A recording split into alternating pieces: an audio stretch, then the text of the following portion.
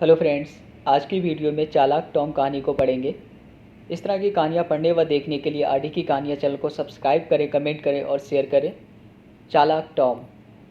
एक लड़का था, उसका नाम टॉम था। वह बहुत ही नटखट और बहादुर बच्चा था। उसकी एक बूढ़ी पाली मौसी थी, वह उनके पास ही रहता था। टॉम दिन भर कोई ना कोई शरारत करता रहता था।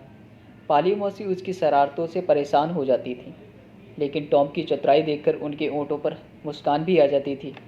एक दिन पाली मौसी टॉम की शरारत देखकर खुद को रोक नहीं सकी।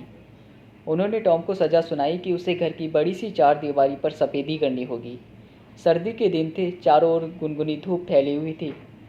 टॉम हाथ में सफेदी की बाल्टी और ब्रश लेकर चार दीवारी पर सफेदी करने के लिए चल दिया। उसने सोचा, आज का दिन तो बहुत अच्छा है, क्या मुझे सारा दिन बस पुताई करके ही बिताना पड़ेगा? आखिर कुछ ना कुछ तो करना ही होगा। तभी उसे जिम हाथ में बाल्टी लिए पानी भरने जाता दिखाई दिया। टॉम ने उसे प्यार से बुलाया और कहा, सुनो जिम, यदि तुम इस चार दीवारी पर पुताई कर दो तो मैं तुम्हारे लिए पानी ला देता हूँ। जब टॉम ने उससे बहुत कहा तो जिम पुताई करने के लिए तैयार हो गया, पर तभी उसे सामने से पाली मौसी आती हुई दिखाई दी। वह हाथ में खाली बाल्टी लेकर वहाँ से भागा।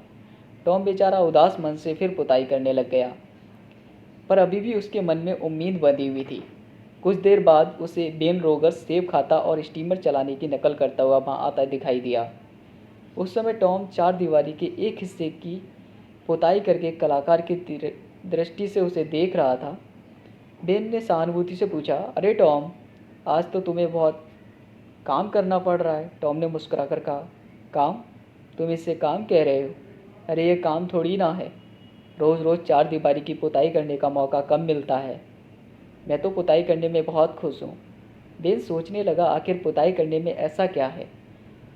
अब उसका मन भी पुताई करने के लिए ललचा उठा।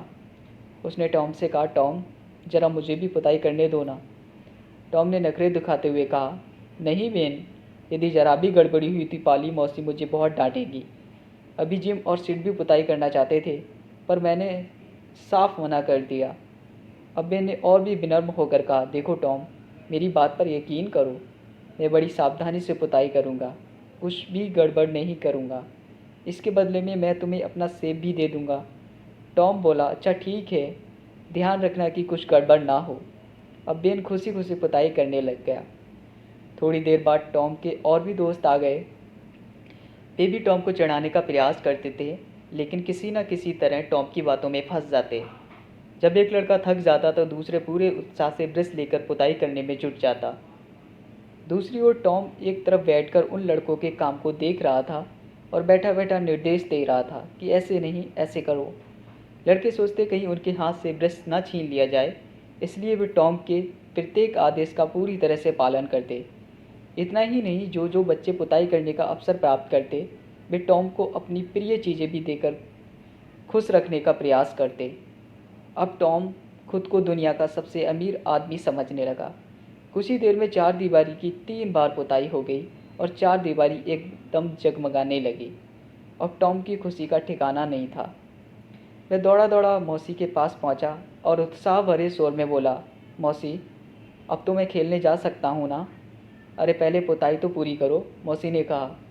टॉम गर्व से भरे स्वर में बोला, मौसी, पुताई तो पूरी चार दीवारी की हो गई। मौसी ने गुस्से से टॉम की ओर देखा।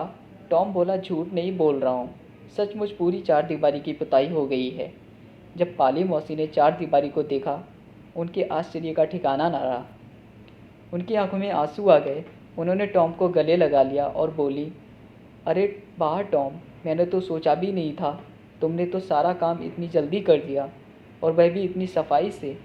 मुझे तो बहुत हैरानी हो रही है। कुछ सोचकर पाली मौसी बोली, अच्छा टॉम, अब तुम जाकर खेल आओ। उन्होंने टॉम को एक बढ़िया सा सेब खाने के लिए दिया और प्यार से उसकी पीठ थपथपाई। टॉम मज़े से सेब खाता हुआ खेलने चल दिया। Thanks for watching video. इस तरह की कहानियाँ देखने व पढ़ने के लिए आरडी की कहानियाँ चैनल को सब्सक्राइब करें, कमेंट करें और शेयर करें। जय हिंद।